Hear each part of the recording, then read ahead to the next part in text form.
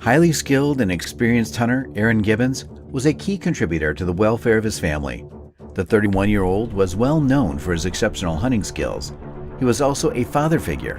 He was a generous man with a huge heart who loved to provide meat for the poor in his Inuit community of 2,500. The stripe accounted for 92% of the population in this frozen and harshly inhospitable landscape.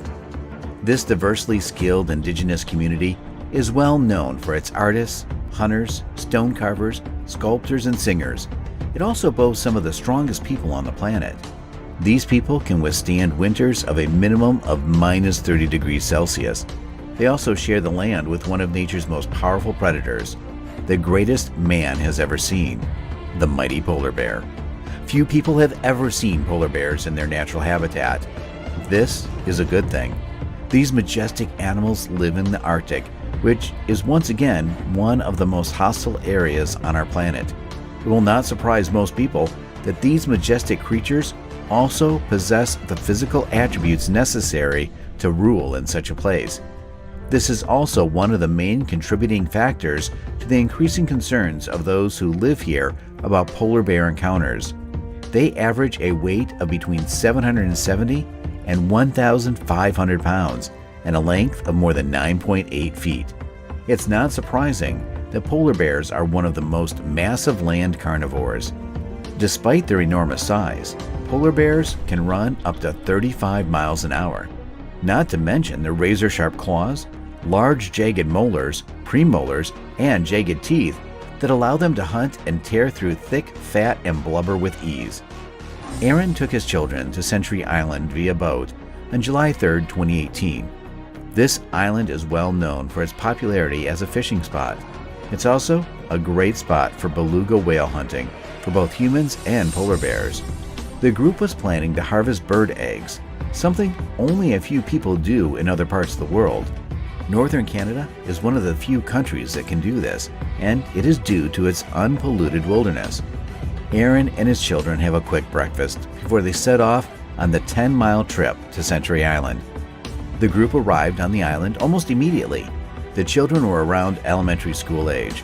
The children ran off the boat excitedly and began to do what their age does best. Aaron watches the children closely and then ties the boat to the dock.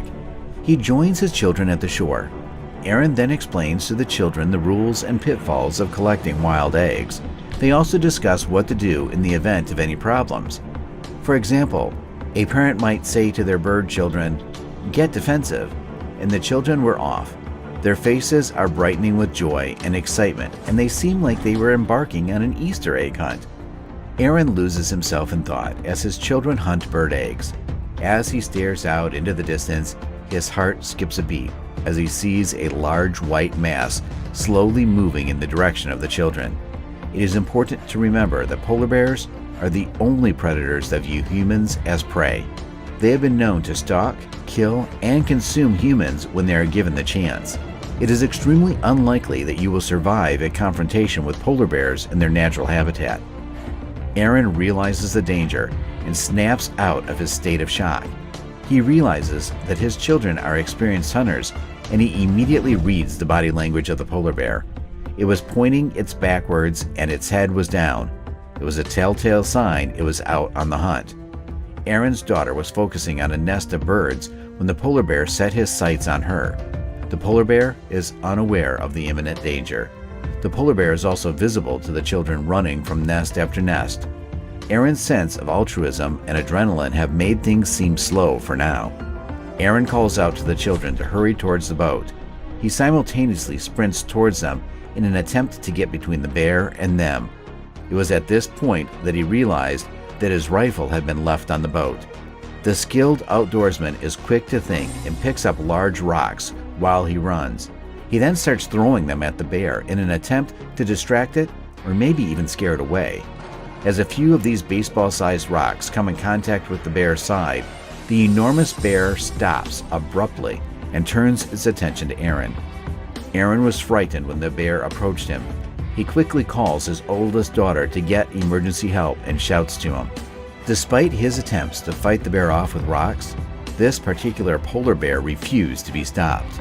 Its meal, Aaron is left with no choice but to turn his back on the bear and sprint toward the boat in an effort to make it to the gun before it gets too late.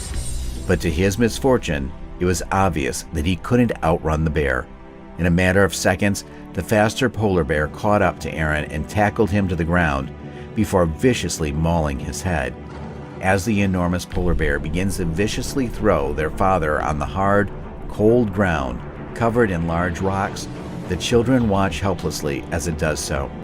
The blunt force trauma, combined with the shock of the event, triggers an adrenaline rush and endorphins that surge through Aaron's body to try to soothe the pain of what was clearly a painful and excruciating experience. As their father went limp, the children watched in horror as the polar bear began to feed on their father's flesh. The 4 children were rescued by the authorities, who arrived on the scene in a matter of minutes. The bear was also shot and killed immediately after arriving at the scene. Aaron's half-eaten remains, which were then recovered and returned to his family. Aaron's importance to his community as a provider was obviously attributed to them. They weren't the only ones who were devastated by his passing.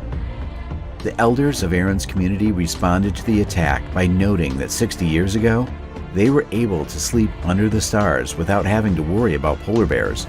But it appears that the times have changed. The increased number of sightings of polar bears in the community and the fact that these bears actively hunt humans and consider us prey has led to an increase in polar bear sightings. Community members have demanded that the Canadian government increase the number of polar bears allowed to be killed each year in each region. In 2018, there were over 300 sightings within close proximity of the community.